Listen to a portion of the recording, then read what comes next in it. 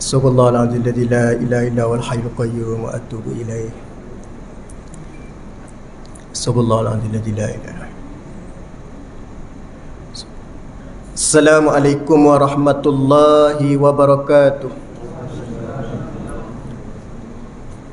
Innal hamdalillah nahmaduhu wa nasta'inuhu wa nastaghfiruh wa na'udzu billahi min syururi anfusina wa min sayyiati a'malina. May yahdihillahu fala mudilla lahu wa may yudlil fala hadiya lahu. Asyhadu an la ilaha illallah wahdahu la syarika lahu wa asyhadu anna Muhammadan abduhu wa rasuluh. Qala subhanaka la ilma lana illa ma 'allamtana innaka antas sami'un alim. Qala rabbi shrah lana sudurana wa yassir lana umurana. Allahumma rabbana iftah bainana wa baina qaumina bil haqqi wa anta khairul fatihin. Allahumma arina haqqa haqqan warzuqna ittiba'ah wa arinal batilan batilan warzuqna jatinabah. Allahumma salli ala sayidina Muhammadinil fatihi lima ughliq wal khatimi lima sabaq nasiril haqqi bil haqqi wal hadi ila siratikal mustaqim wa ala alihi haqqa qadrihi wa miqdarihil azim. Amma ba'd. Allahumma sajiban nafi'a, yang dikasihi Tuan Pengerusi, seterusnya Tuan Imam, sah-sah pimpinan surau, masyarakat, ibu-ibu, ayah-ayah yang dirahmati, dimulia para jemaah sekalian. Pertama dan utama pada malam ni kita merafatkan setinggi-tinggi ke hadrat Jalla wa'ala dengan izinnya. Kita sama-sama dapat datang ke surau lebih awal dan berjemaah. Mudah-mudahan ibadat solat yang kita laksanakan ini tuan-tuan di antara ibadat solat yang terbaik, bagi memastikan supaya senantiasa ibadat kita ini diterima dan dikabul oleh Allah. Maka kita mengharapkan supaya Allah Subhanahu wa ta'ala beri kita kekuatan istiqamah untuk kita meneruskan saki-baki kehidupan kita sebelum bertemu dengan Allah Subhanahu wa ta'ala dalam bentuk istiqamah, dalam bentuk berterusan, dan mudah-mudahan kita akan dimatikan ataupun diakhirkan kehidupan kita dengan husnul khatimah insya-Allah.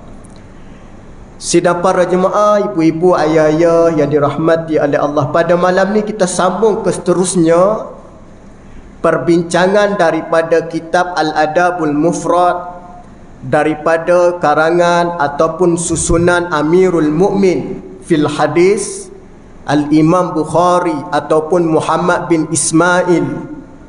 Nama Imam Bukhari sebenarnya adalah Muhammad bin Ismail. Digelar nama Al-Bukhari kerana ambil nisbah nama Bukhara, tempat kelahiran beliau. Dan kita tengok tuan-tuan, pada malam ini hadis yang dipetik daripada tajuk daripada bab adab, pecahan daripada bab adab, yang mana bagaimana Al-Imam Bukhari menyebut di dalam tajuk dia dalam perbincangan kita pada malam ini, yang disebut oleh Nabi sallallahu alaihi wasallam, bagaimana Allah Subhanahu wa ta'ala ini meletakkan kedua ibu bapa pada tempat yang tinggi nisbah pada makhluk. Pada makhluk, mak dan ayah diletakkan tempat paling tinggi. Nampak? Tidak ada kemuliaan, tidak ada sesempurna melainkan ibu dan ayah nisbah pada makhluk selepas Nabi lah. Nampak? bagaimana hadis yang disebut daripada Sayyidina Umar radhiyallahu anhu ataupun Ibnu Umar.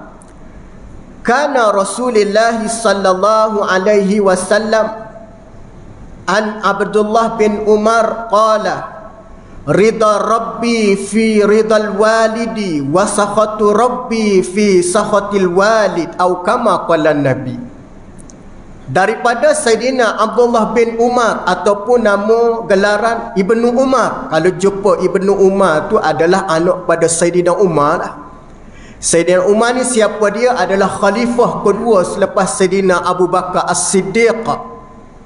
Umar ni dia ada sejarah tertentu dan ada sejarah dia yang mana memberi ingatan kepada kita setelah Sayyidina Umar radhiyallahu anhu memeluk Islam. Dialah di antara manusia yang pertama menjatuhkan patung berhala yang berada di Kaabah pada ketika itu. Sebelum Umar masuk Islam, tak ada seorang pun berani di kalangan para sahabat Nabi nak masuk Masjidil Haram, nak datang di Kaabah, nak buang patung berhala. Melainkan Sayyidina Umar ni lah yang masuk.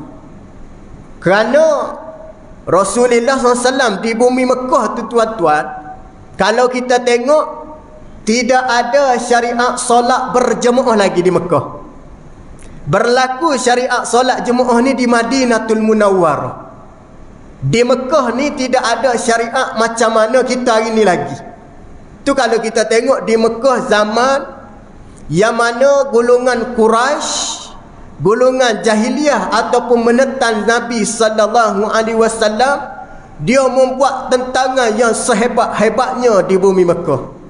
Maka kalau kita tengok, ada hikmah di sebalik Islamnya Umar.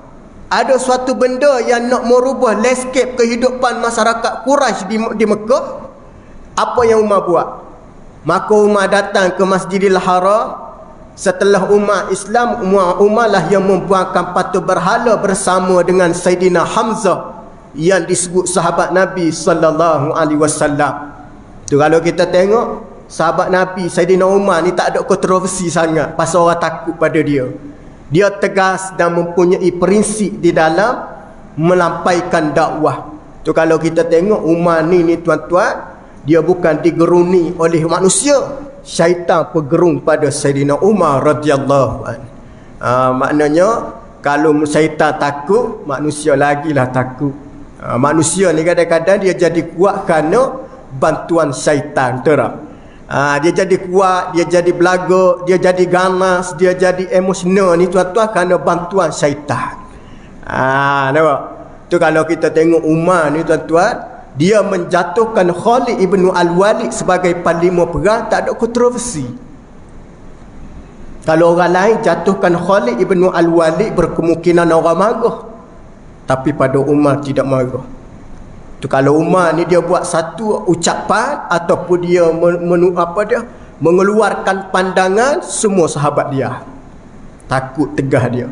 Baik, bagaimana kata Ibnu Umar, Abdullah bin Umar, beliau berkata, bagaimana kata Nabi, ridha Rabbi fi ridal walid wa sakhatu Rabbi fi sakhatil walid atau kama qala Nabi. Dua benda yang Nabi nak sampaikan daripada apa yang kita nak bincang pada malam ni. Antaranya kata Nabi, keredaan Tuhan, keredaan Allah itu yang mana dilihat keadaan reda ibu dan ayah. Bagaimana juga kemarahan, kebencian, kederhakaan seseorang itu kepada Allah, bagaimana dengan hubungan dengan yang disebut ibu dan bapa. Baik tuan-tuan, di dalam hadis ini kalimah yang kita kena faham adalah kalimah redha.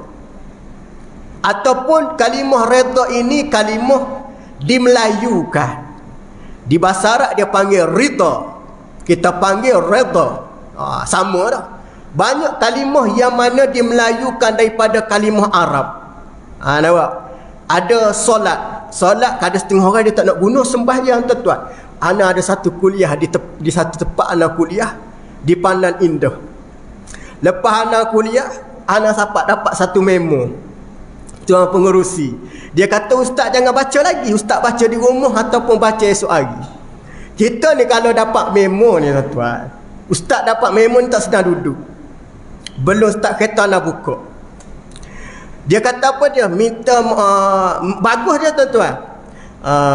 Bagi salam, mohon apa dia kata? Mohon maaf jika terkasar dengan tulisan yang saya bagi pada ustaz ni. Dia kata apa? Jika semoleknya kalau boleh jangan guna kalimah sembahyang. Dia kata kalimah sembahyang ni dia dapat satu etika, dia dapat satu fakta, seolah-olah menyerupai dengan agama lain. Itu pandangan dia. Nampak? Jadi kita tak nak orang agama lain berprasangka kita ikut dia. Kita guna kalimah sembahyang tu kita nak ikut kalimah dia. Kita solat. Mungkin tu pandangan dia. Solat ni adalah bahasa Arab. Bahasa Melayu dia panggil sembahyang, ataupun kita sebut menyembah Allah. Nampak? Jadi tak ada isu yang tu, mungkin kefahaman dia sebab dia menasingkan pada sebutan sembahyang. Mungkin yang tu dirujuk pada siapa dia tak tahu dah. Tapi kita ni solat ni adalah satu ibadah khusus. Kalau kita nak ikut tuan-tuan, ibadat khusus ini tidak boleh kita nak menyamai mana-mana ibadah. Kita semaya sesungguhnya solatku tu bahasa Arab sembahyang, solat. Kalau kita nak sesungguhnya sembahyangku, ibadahku, makna ibadah ni luas. Sembahyang ni khusus pada solat ibadat kita buat ni dah. Tak ada isu lah, mungkin pandangan dia. Tak apalah, lagi bulan depan dah ceritalah. Nampak? Islam dia tak mengikut orang, tetap mungkin orang lain ikut cara Islam. Nampak? Islam dia tidak menyerupai siapa-siapa, tetap sebab agama ini yang dibawa daripada awal-awal daripada Nabi sallallahu alaihi wasallam lagi. Baik, bagaimana tuan-tuan kalimah taat ini ataupun kita sebut redha? Redha ini adalah satu kalimah yang tuan-tuan kena letak pada tempat yang sepatutnya. Tu kalau kita tengok Allah Subhanahu wa taala, dia meletakkan kalimah ini dengan tempat yang sepatutnya dan diberi kepada hamba yang sepatutnya. Siapa dia yang mendapat redha Allah? Para nabi. Siapa dia di kalangan mendapat redha Allah? Para sahabat yang ikut cara Nabi ridwanullah alaihim ajma'in. Ini kalimah redha. Kalimah redha ini difokus ataupun dispesifikkan kepada perkara yang di mana diajar ataupun diwajib oleh Allah. Ataupun yang disebut kalimah ini kalimah yang mana satu kalimah yang diletak pada tempat yang tinggi. Tu kalau kita tengok kalimah ini tak boleh kita nak guna sewenang-wenangnya. Contoh marah. Pada marah tak boleh nak letak dengan kalimah redha. Aku tak redha pada kamu. Waktu kita marah tidak dibenarkan. Kerana kalimah ini kalimah yang cukup mulia. Nampak? Siapakah yang menggunakan kalimah ini? Kalimah ini yang sebenarnya Allah Subhanahu wa taala menggunakan. Allah Taala guna kalimah ini. Aku meredakan di kalangan umat Muhammad, al-yawma akmaltu lakum dinakum wa atmamtu alaikum nikmati wa raditu lakumul Islam madinah. Ini ayat yang Allah Ta'ala guna di dalam Al-Quran. Maknanya tuan-tuan, kalimah ini adalah satu kalimah yang diletak pada tempat yang tinggi dan Allah Subhanahu wa Ta'ala nak mentaukidkan bahawasanya kalimah ini bukan kalimah yang boleh diucap main-main di bibir mulut. Tak boleh. Sehingga Allah Ta'ala sebut bagaimana waraditu lakumul Islam madinah. Aku redha kepada kalian Islam sebagai agama. Maka di dalam ayat ini Nabi menyebut ridha Rabb, keredaan Tuhan ataupun Allah, fi ridal walid, tertakluk pada keredaan ibu dan ayah. Macam mana kita nak faham ni? Allah Ta'ala redha dengan syarat mu ayah redha. Baik. Di sana ada beberapa pecahan yang perlu difahami untuk kita memahami hadis yang disebut oleh Nabi sallallahu alaihi wasallam. Baik. Keredaan Allah yang pertama yang mengikut keredaan muayyah. Di sana kita kena lihat muayyah tadi menyuruh ke arah benda yang macam mana.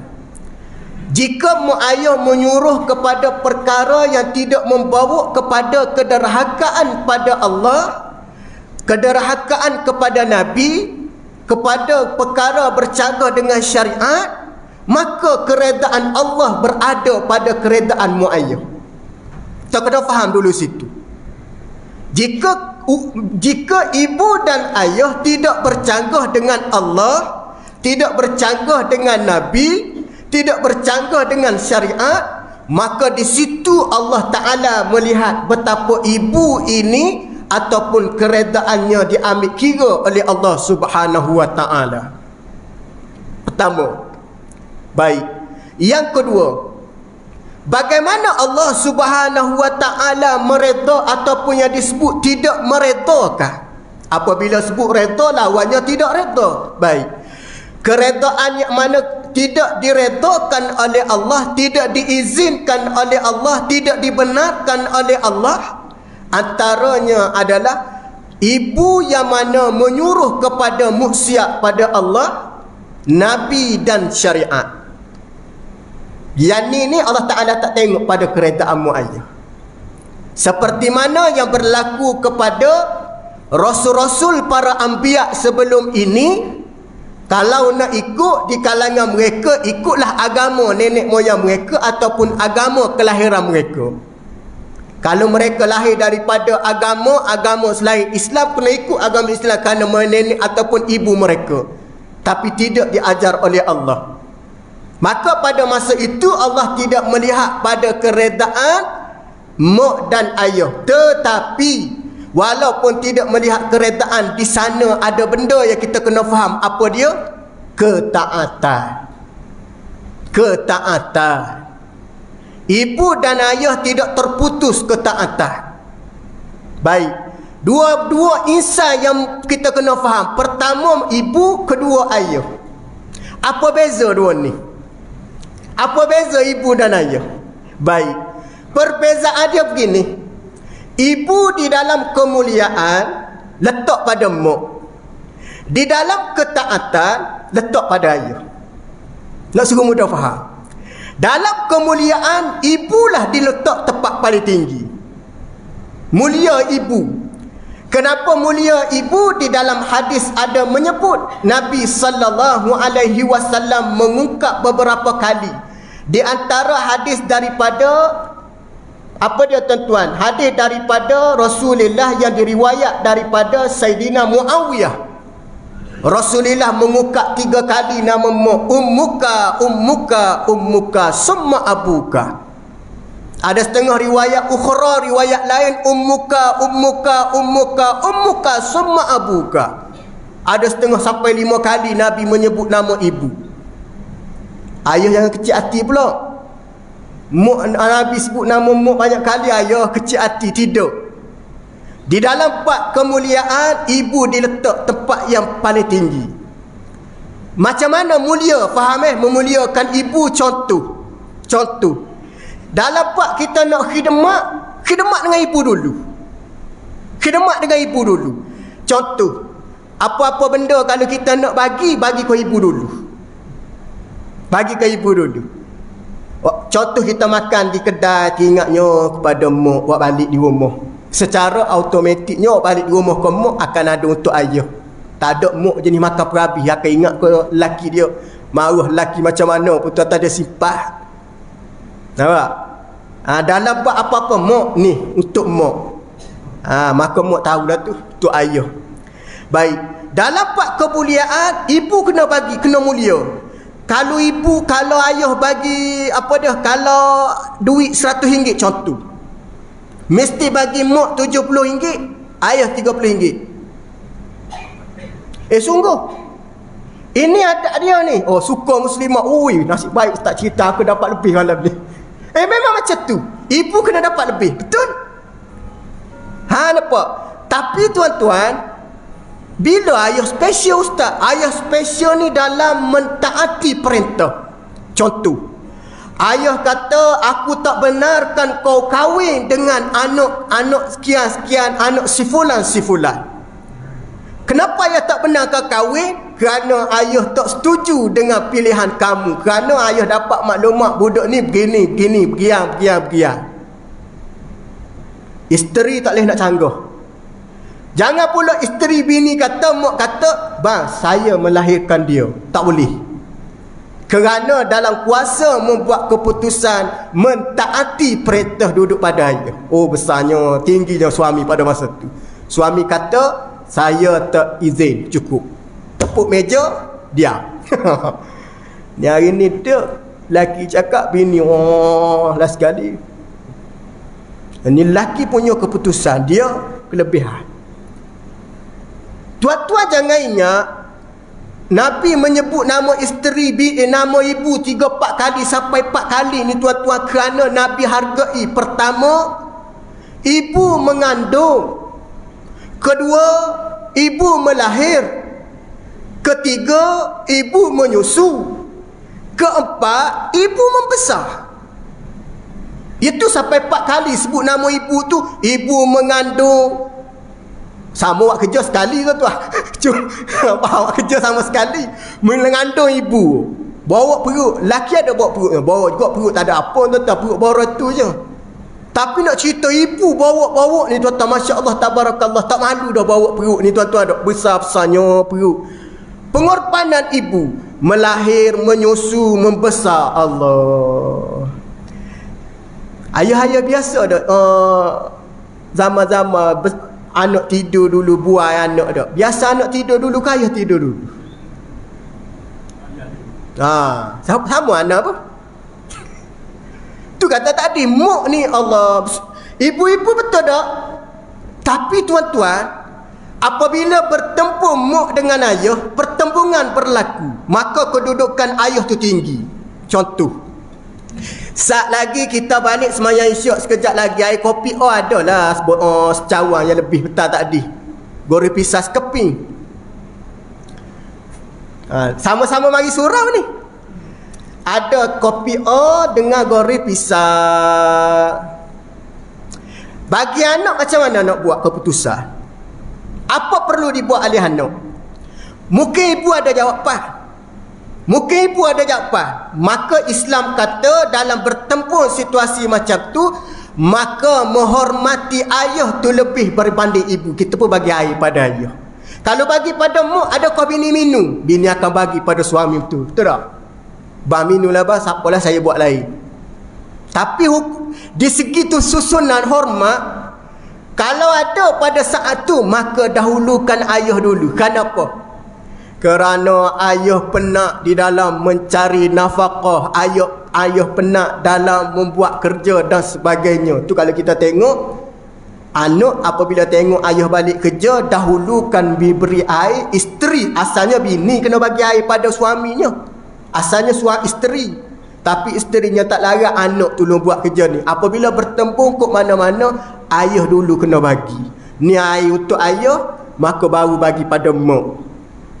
Faham maksud dia Baru bagi pada mak, bagi ayah dulu. Ni dalam kaedah adab cara Rasulullah sallallahu alaihi wasallam. Kerana pernah berlaku, dibagi pada Aisyah, kata Aisyah, kamu bagilah pada Nabi sallallahu alaihi wasallam. Pada kedudukan ni tuan-tuan, ayah tinggi. Tu kata tadi, ibu ni dia mulia, kemuliaan memang dia. Tapi dalam bab ketaatan mesti pada ayah. Kalau ayah kata tak boleh, tak bolehlah. Tak bolehlah kalau ayah kata. Tapi kalau ibu ni, tu kata-kata orang lelaki ni tuan-tuan, jangan buat keputusan tanpa berbicara, tanpa berbincang, kena bincang juga. Contohnya, ada rombongan masuk meminang anak perempuan kan. Anak perempuan masuk meminang, tiba-tiba ayah berkenan, mak berkenan. Ayah tak apalah kenal lah mana ayah ni. Ayah kata kita kena tengok juga latar belakang macam mana orang ni semayang, kena tidur. Kadang-kadang mak ni dia tengok mari kereta besar, tak? Mari kereta besar, pakaian nampak kemas sikit. Oh hebat, menantu aku bakal menantu. Nipu. Ayah tak dia tengok juga, tengok atas bawah. Ini macam mana ni punya orang nak kahwin dengan anak perempuan ni, betul tak? Nak serahkan amanah ni tuan-tuan, nak serahkan amanah kepada menantu lelaki, dia kena tengok. Ayah kena buat keputusan yang tepat. Dalam bab ni isteri kena bagi laluan kepada suami, nak istikharah ke, nak doa ke, nak minta dengan Allah pun bagilah peluang. Anak perempuan yang nak cerita ni, jangan silap buat keputusan kerana tanggungjawab. Minta tolong dengan Allah. Tu apabila kita nak dapatkan seorang bakal menantu ni tuan-tuan, seorang ayah wali dia panggil. Apa makna wali? Tempat pegantung harap, tempat perlindungan. Sebelum ni amanah dia pegang ni tuan-tuan, amanah ni. Maka nak serah amanah, dia kena minta tolong dengan Allah. Doa, ya Allah berilah ya Allah petunjuk keputusan yang tepat ya Allah bagi pada suami.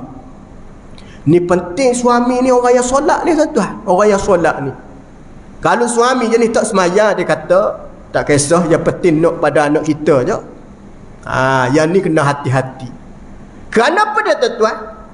Kerana jika seorang ibu dan ayah tadi mendapat ataupun tidak mendapat keredaan Allah, dengan erti kata mereka ini tidak mengikut segala peraturan Allah, maka Allah Ta'ala tak reda. Baik, Allah Ta'ala tak reda dengan erti kata Allah Ta'ala tidak suka cara ibu dan ayah meletakkan kemuliaan dia kerana bercanggah dengan apa perintah Allah.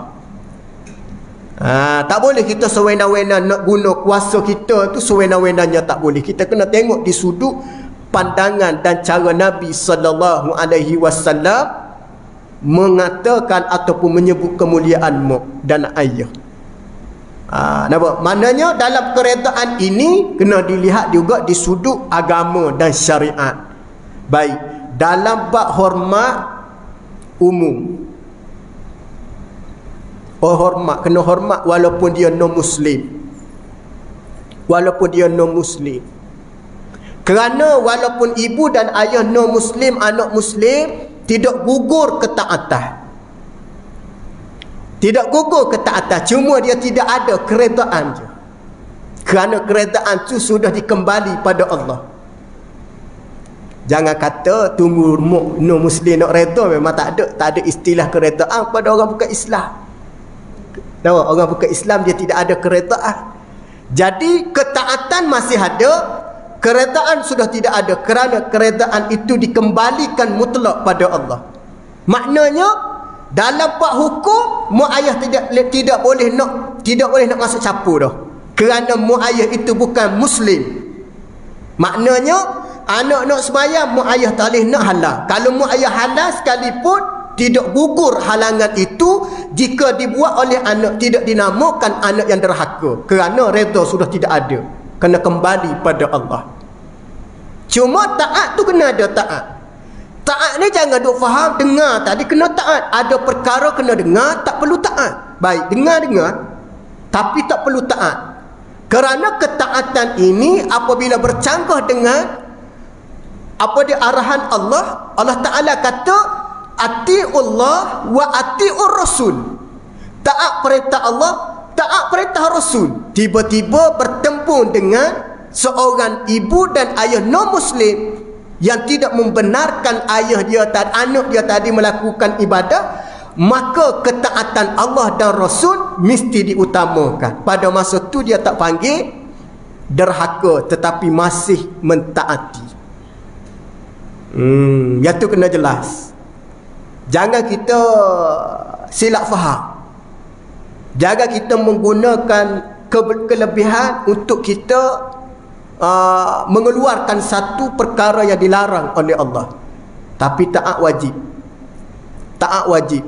Tak boleh nak lawan, tak boleh nak derhaka, tak boleh nak tinggi suara, tak boleh kita nak herdik dia. Baik, para ulama tafsir menghuraikan ayat fala taqul lahuma uffin wa la tanharhuma wa qul lahuma qawlan karima dalam Al-Quran. Jangan kamu berkata uff ataupun meninggikan suara. Baik, ada setengah ulama tafsir menghuraikan ayat ini di fokus pertama pada mak dan ayah. Ada juga di kalangan ulama tafsir menghuraikan tidak semestinya mak ayah, tetapi orang yang berumur, berusia, orang tua. Tak kira mana-mana orang tua, tak boleh kita nak kata tak boleh. Memang disebut, setengah di kalangan ulama kata fokus spesifikkan mula-mula kepada mak ayah. Baik, maka dia mengembangkan betapa Al-Quran ini tidak memfokuskan dengan sesuatu masalah saja, maka diletakkan juga jangan kamu berkata kepada orang yang mana lebih berusia berbanding dengan kamu. Tak boleh. Tak boleh kita nak mengata pada mereka, kerana kedudukan mereka itu lebih berusia dan dia ini semacam di antara kedudukan ibu dan ayah kamu. Maknanya dengan orang tua kita tak boleh nak kata tak boleh. Jangan kata dengan mak ayah kita saja, dengan orang tua. Ni tambah-tambah pula hari ni. Bayangkan Haji Razak, kadang-kadang kita mari ngejam kan. Orang tua ni tuan-tuan, ayah haji, mak haji, kadang-kadang dia drive kereta. Bukan dia tak bagi signal tuan-tuan, dia tak ingat. Tak ingat tak bagi ya. Kadang-kadang dia potong tu tuan-tuan. Masya Allah tabarakallah. Tu kadang-kadang anak beringat sangat tu. Beringat sangat dengan erti kata kita tak tahu, Wallahu a'lam. Pung dia masuk lorong, dia tak bagi signal. Tengok-tengok, Masya Allah, ayah haji. Nampak? Kita ada masa tu tuan-tuan naik ni. Naik dia punya marah dia tuan-tuan tak? Kita pun buka cermin kereta, kita sound. Woi, tak reti basah apa orang tua macam ni. Ini namanya salah satu daripada anak yang tidak berakhlak. Ustaz ada, itu bukan mak ayah dia tu. Memang kerana Islam meletakkan orang tua tadi pada tempat yang paling tinggi. Tak kira lah tuan-tuan sama ada mak ayah kita lah, lebih lagi orang berusia tak boleh tuan-tuan. Habis tu ustaz dia silap. Okey, silap dia ada kaedah nak tegur dia. Sehingga bagaimana tuan-tuan ingat siapa-siapa yang kehilangan orang tua, kematian ibu dan ayah, siapakah mereka untuk memuliakan? Kata Nabi SAW, kamu carilah siapa yang mana pernah berkawan dengan mak ayah kamu. Itu hari ni kalau siapa-siapa dia mak ayah tak ada di kampung, janganlah kita kata tak payah balik kampung lah, tak payahlah pasal apa mak ayah tak ada dah. Sekarang ni kita kena tanya, kawan mak ayah kita ada lagi ke tak? Pasti ada tak? Pasti ada kawan mak ayah kita. Maka apabila kawan mak ayah kita ada, selebih moleknya kamu pergi berkhidmat kepada kawan mak ayah kamu, kamu muliakan mereka, kamu ikramkan mereka, kamu beri khidmat yang terbaik untuk mereka, maka mudah-mudahan kamu akan dapat juga pahala seperti mana buat baik pada mak ayah kamu. Cari kawan mak ayah kita, kerana menghiburkan kawan daripada kawan ibu dan ayah itu adalah di antara perkara yang diajar oleh Nabi. Balik pergi cari lah, beli gula, beli beras, kapik, beli susu, ada duit RM50, RM1 bagi.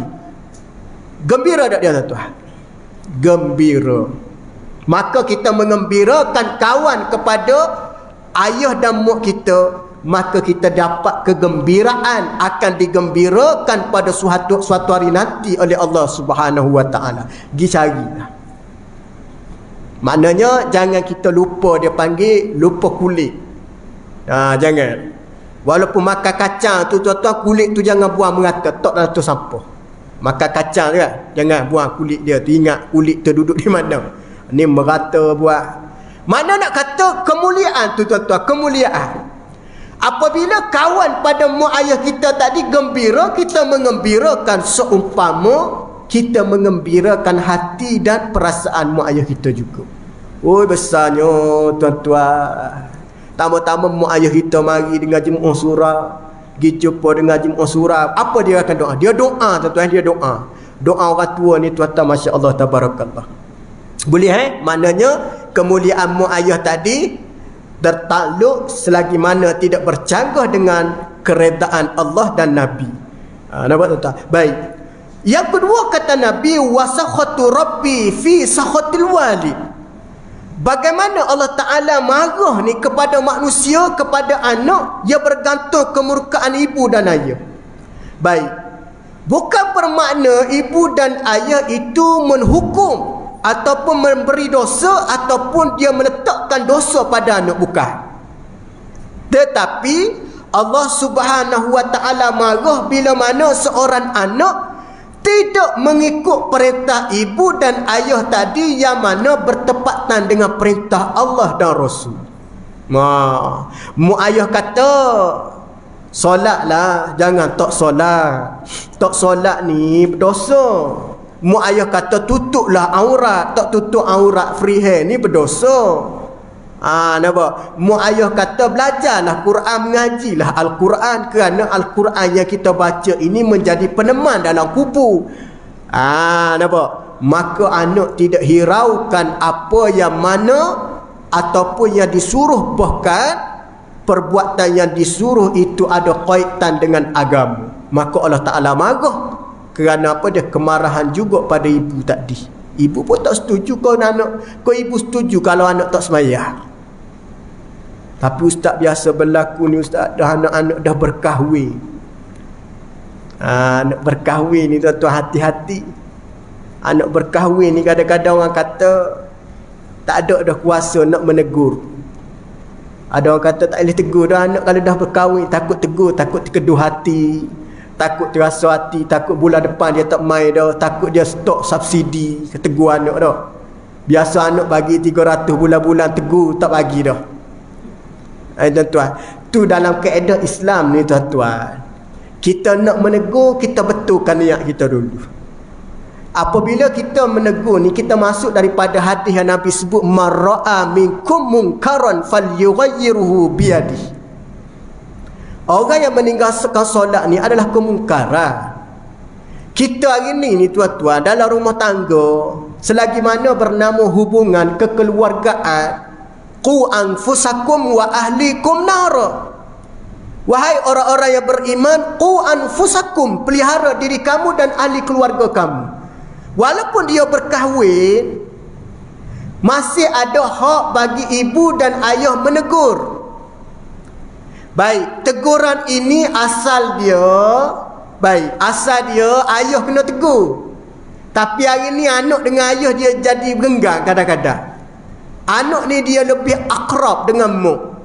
Maka diletakkan pada mak, disuruh pada mak menegur. Maka ibu tegur, kata, Lo ni kena semayang lo. Mak tengok semayang ni kurang. Mari mak ni kadang-kadang semayang lewat. Tengok bini lo sendiri pun tak semayang. Apa benda ni lo? Begitu.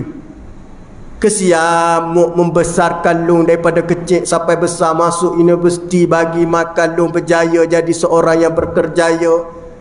Lo tak kesian ke mak ke? Begitu. Apabila ibu mau nutur bicara dengan penuh hikmah, mana mungkin anak tak dengar.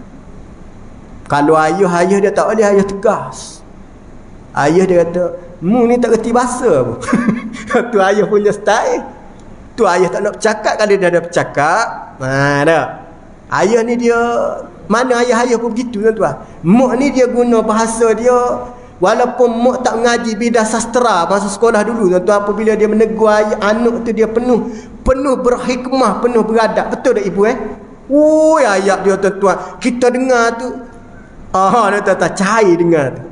Betul? Dia guna ayat dia. Ayat yang paling kita tak boleh tahan, lo tak kesian ke mak?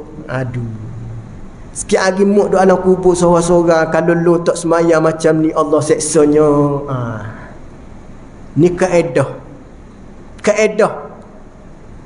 Walaupun dia dah dapat cucu tuan-tuan, dia kena tegur dengan penuh hikmah. Ni cara Nabi. Rasulullah SAW kata Aisyah, dia panggil ahli keluarga, dia panggil anak menantu, dia panggil semua. Apa kata Nabi? Usikum bitaqwallahi azza wa jal. Aku nasihat kepada kalian, bertakwalah pada Allah. Ni wasiat Nabi. Kat kita ni tuan-tuan, wasiat harta je kadang-kadang mari. Kena wajib tegur ni tuan-tuan, wajib tegur ni. Kalau kita depan mata tak boleh nak tegur, di luar belakang kita tak tahu. Kuasa ibu ni adalah satu keupayaan yang boleh merubah kehidupan seorang tu. Ibu kena tegur. Ayah mungkin tak boleh tuan-tuan. Mana-mana pandai tengok tak boleh. Kita sendiri tak boleh tuan-tuan. Sampai satu masa tak pandai kita nak cakap. Kalau ibu dia guna dengan kesopanan, kelembutan, dia punya perkataan dia kerana dia melahirkan anak. Dia punya aura, dia punya perasaan dia tu lebih dekat. Maka ibu menegur, tanggungjawab.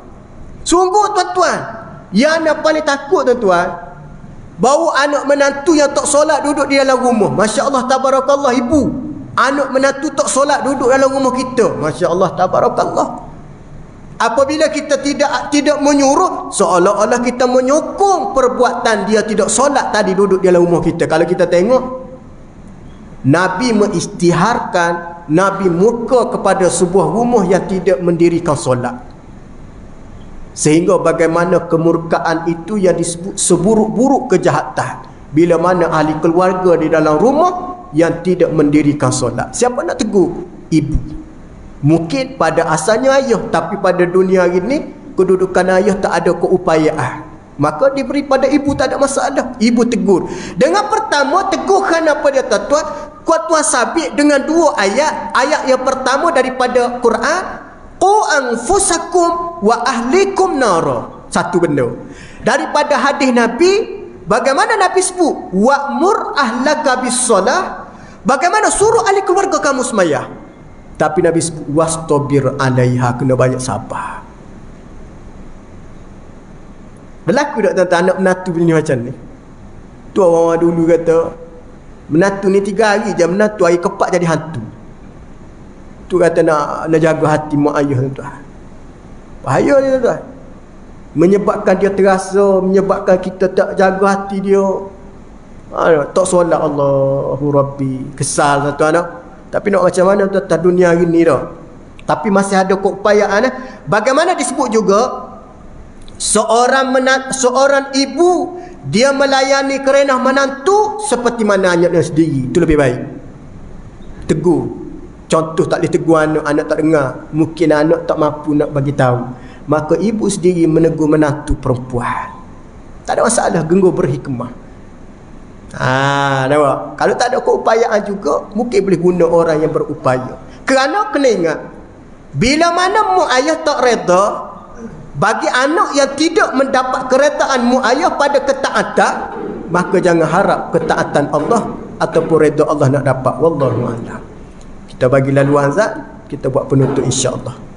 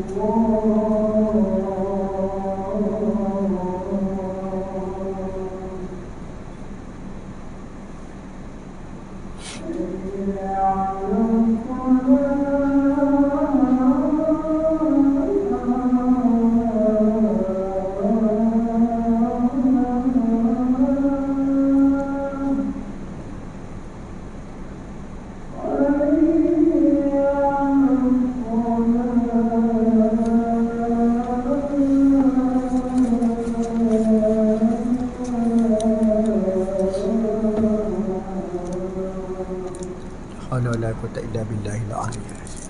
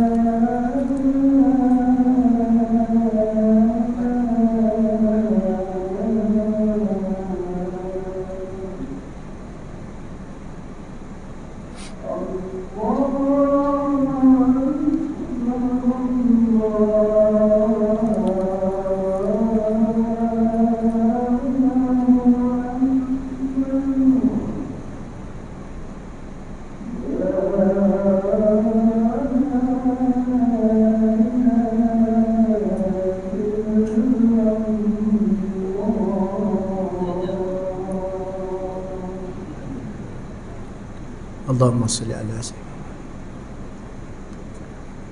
Allahumma rabbana bid'ata wa salli.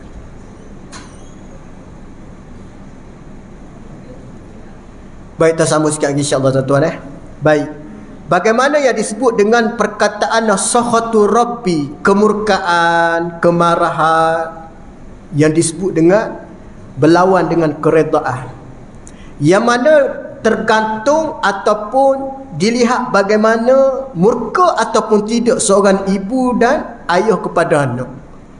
Di sana bagaimana kita melihat Al-Imam Al-Ghazali rahimakumullah, dia ada menyebut, apa kata Al-Imam Al-Ghazali di dalam dia ataupun menghuraikan hadis Nabi sallallahu alaihi wasallam dalam yang disebut dengan ridha rabbi ridhal walid wa sakhatu rabbi sakhatul walid. Bagaimana kata Al-Imam Al-Ghazali ada menyebut termasuk daripada adab anak kepada ibu bapa dengan erti kata pertama, ni kata Imam Ghazali, kena dengar melalui akwal, perkataan. Apabila mak ayah menegur dengan perkataan, dia kena dengar. Baik, ibu juga dia mesti menggunakan sebaik-baik perkataan. Tak boleh dia nak guna perkataan yang kasar, tak boleh. Kerana kaedah nak mendidik ni tuan-tuan, dia tak sama dengan kita memarahi. Kerana mendidik ini dalam kaedah adab dalam Islam, dia kena guna qaulan karimah, perkataan yang mulia, sebaik-baik perkataan. Maknanya kalau kita nak didik anak, nak didik anak, nak cerita pada anak, nak menegur anak, dia kena guna bahasa yang cukup indah. Kenapa dia? Kerana didikan yang indah itu melahirkan natijah yang indah juga. Mana boleh kita mendidik dengan cara keras, dengan menegur cara keras, kita nak melembutkan, tak boleh. Itu kalau tuan-tuan tengok, Nabi mentarbiah, mendidik golongan Quraisy, golongan orang-orang yang menentang Nabi, golongan zaman jahiliah, Nabi mendekatinya penuh hikmah. Nabi tidak pergi dengan cara menerkam seperti mana serigala, tidak. Nabi pergi dengan menggunakan langkah yang mana penuh strategik dan hikmah.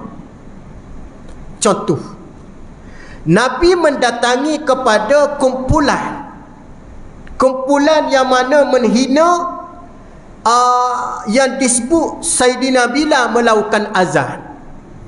Nabi mendatangi kepada kabilah Quraisy yang datang di Madinah dengan penuh hikmah. Nabi mendekati, walau Umar dan para sahabat nak menerkam golongan yang menghina azan Bilal dengan menggunakan pedang, kata Umar. Kata Nabi, jangan. Biarkan aku pergi mendekati mereka dengan penuh hikmah. Nabi pergi, sahabat tidak menampakkan Nabi bawa satu unsur marah, unsur dendam, tak ada. Nabi pergi dengan penuh senyum dengan wajah Nabi. Apabila Nabi senyum, pergi ke kabilah yang menghina laungan azan Bilal, kabilah itu daripada marah kepada Nabi sudah berubah gambaran ia seolah-olah sambut dengan senyuman. Ya, kaedah dia, musuh ni tuan-tuan, kalau dia marah, gilah dengan senyuman. Takkan dia nak marah lagi. Confirm dia takkan marah. Ini dari segi ilmu psikologi. Jangan kita pergi marah juga. Marah juga, lagi marah. Kerana air dengan api dia tak boleh duduk sekali. Api dengan api dia jadi banyak. Baik. Apabila dia pergi tuan-tuan, dia nampak seolah-olah sahabat tengok Nabi buat satu perkara yang mana ada di kalangan para sahabat kata, kenapa Nabi buat macam ni? Patutnya Nabi tegas. Rupanya tuan-tuan, Nabi nak memperbetulkan kenyataan yang dikeluarkan daripada kabilah Mekah yang menghina laungan azan Sayyidina Bilal di Madinah. Nabi menggunakan ucapan yang paling terbaik dan penuh berhikmah. Sehingga sahabat kata, aku tak pernah dengar Nabi mengungkapkan dengan begitu indah kata-kata di hadapan kabilah tersebut. Kesan, pendek cerita, kesan daripada itu Islam kabilah tersebut, dan kabilah daripada mereka itu yang dilantik oleh Nabi yang bernama Abu Mahzurah yang melakukan azan di bumi Mekah. Itu adalah di antara sabit bagi Nabi memuliakan, bukan Nabi mengherdik dan Nabi menghukum dia. Tapi tengok, boleh berubah dengan kelembutan, hikmah, kebijaksanaan Nabi. Tu kita nak dakwah orang ni tuan-tuan, tambah-tambah dengan Muslim, tak boleh kita tunjuk kekerasan. Kena tunjuk adab molek. Tu dengan Muslim, dengan non-Muslim, dengan anak kita sendiri pun sama juga. Tak boleh tuan-tuan. Dia kena bunuh apabila anak dah berusia. Nak dakwah dia, nak tegur dia dengan penuh beradab. Macam Ana sebut tadi lah, gunakan tutur bicara yang penuh beradab. Nampak? Penuh beradab. Anak ni rebuh tuan-tuan. Anak ni tewas dengan mak. Sungguh. Betul. Apabila mak tegur tuan-tuan. Oh, mak aku ni. Anak tak semayang boleh semayang. Tapi kadang-kadang tak ada keupayaan lah kita nak tegur tu dah. Itu kata Al-Imam Ghazali dengan perkataan yang mula-mula ni tuan-tuan. Dengan perkataan tu, jangan kita sembang dengan belakang, jangan. Ni kadang-kadang cerita ke adik-beradik, tak boleh tuan-tuan, jangan. Kita tak puas hati, kita tegur pasal tanggungjawab mak ni. Ni cerita ke adik-beradik, adik-beradik jadi berdendam pula dengan adik-beradik. Dia cerita pada anak dia orang lain pula. Jangan. Baik, ada dua benda tuan-tuan, kata Nabi. Sama ada anak ni beradab dengan mak, mak kena beradab dengan anak. Dia ada adab semua, hak atas mak, atas anak, anak atas mak. Ibu dan ayah, dia ada privacy. Bukan semua benda kena cerita di khalayak, di hadapan anak dengan apa dia, anak lelaki dan anak perempuan. Bukan semua benda kena cerita. Ada benda yang perlu tak boleh diceritakan. Perlu kepada perbicaraan dua orang ni, laki bini. Tu kalau kita tengok bagaimana nak masuk ke kamar ibu, Nabi kata minta izin. Apa makna dia? Kemungkinan ibu dan ayah sedang berbincang di dalam bilik tadi, nampak? Maka minta izin. Begitu juga anak, lagi kena jaga adab. Pertama, anak tak mampu nak buat baik kepada mak, jangan cerita, mak saya tak mampu nak bagi duit bulan-bulan ke mak banyak ni, saya tak mampu. Jangan cakap. Sekira-kira kalau cakap menyebabkan seorang ibu tadi dia terasa hati. Jangan cakap dengan erti kata, jangan cakap dengan bahasa yang mana menyakiti dia. Kalau cakap, ibu akan kata apa? Aku tak mengharap pun pemberian kamu. Tak akan cakap. Jangan. Menyakiti dia. Habis tu macam mana? Ada dengan izin, minta kekuatan dengan Allah. Bagi pada ibu cukup doakan mudah-mudahan berkati rezeki. Jangan sebut segala jumlah dan sebagainya, ibu sakit hati. Dan ada orang bagi duit pada mak bulan ni 100 je mak boleh bagi. Nak bayar kereta, nak servis kereta, nak tukar sport ring kereta, nak tukar tayar kereta, nak bayar insurans kereta, semua sebut. Lalas sekali mak pun masuk dalam poket cucu. Mak kata, tak apalah, ambil lah duit ni. Panggil cucu, masuk duit 100 balik dalam poket cucu. Apa perasaan ibu pada masa tu tuan-tuan? Terasa tu, dia terasa tu. Kalau dia bagi balik tu, dia terasa. Tapi anak hari ni suka. Wah, mak bagi duit balik. Boleh makan KFC je lagi. Anak punya hal. Suka dia suka balik. Tapi sebenarnya ibu dah terasa. Kerana kita mengisahkan, menyebut segala kekurangan kita. Kalau boleh, kalau kita tengok, jangan kita berbicara dalam buat baik. Tak boleh berbicara. Habis tu kita bagi, diam. Cukup. Mak ambil ni adalah sagu hati untuk mak. Cukup. Tak perlu kita nak mengukit. Mak bulan lepas boleh bagi lebih, bulan ni kurang. Mak faham sendiri. Mak faham. Mak tak akan tanya, pasal apa bulan lepas banyak, bulan ni sikit. Mak tak akan tanya. Mak tak akan tanya. Tapi bila anak mengukit, seolah-olah di sana tidak ada keikhlasan. Betul tak ibu? Sama-sama telah bagi ke ayah. Baik. Nak bagi ke ayah ni, tuan-tuan, dia kena ada adab. Walaupun hak ayah dia kaki smoking sekalipun. Anak tengok ada orang yang tak ada adab dengan ayah. Ayah duit ayah saya bagi ni, ayah jangan beli rokok, tak berkat. Nampak benda tu simple. Tapi cara kita tak kena. Kita sudah menyakiti hati ayah. Tak perlu cakap pun. Cuma mungkin kita boleh guna ayat tu nasihat kepada, ataupun cerita pada mak. Mak akan nasihat. Banyak anak terlepas pandang nak tengok. Walaupun ayah dia kaki smoke kuat sangat ayah dia ni. Bagi duit ayah, duit utak ayah, tapi ayah jangan duk beli rokok pula. Nampak duit ni tak berkat jadi pula. Nampak tuan. Siapakah yang memberi keberkatan? Ayah terasa tak? Terasa tak ayah haji? Terasa tak? Confirm terasa. Bukan tunggu kayu bapak kita orang. Dia terasa. Adab adab. Nampak? Bagaimana Nabi Allah Ibrahim melayani ayah dia?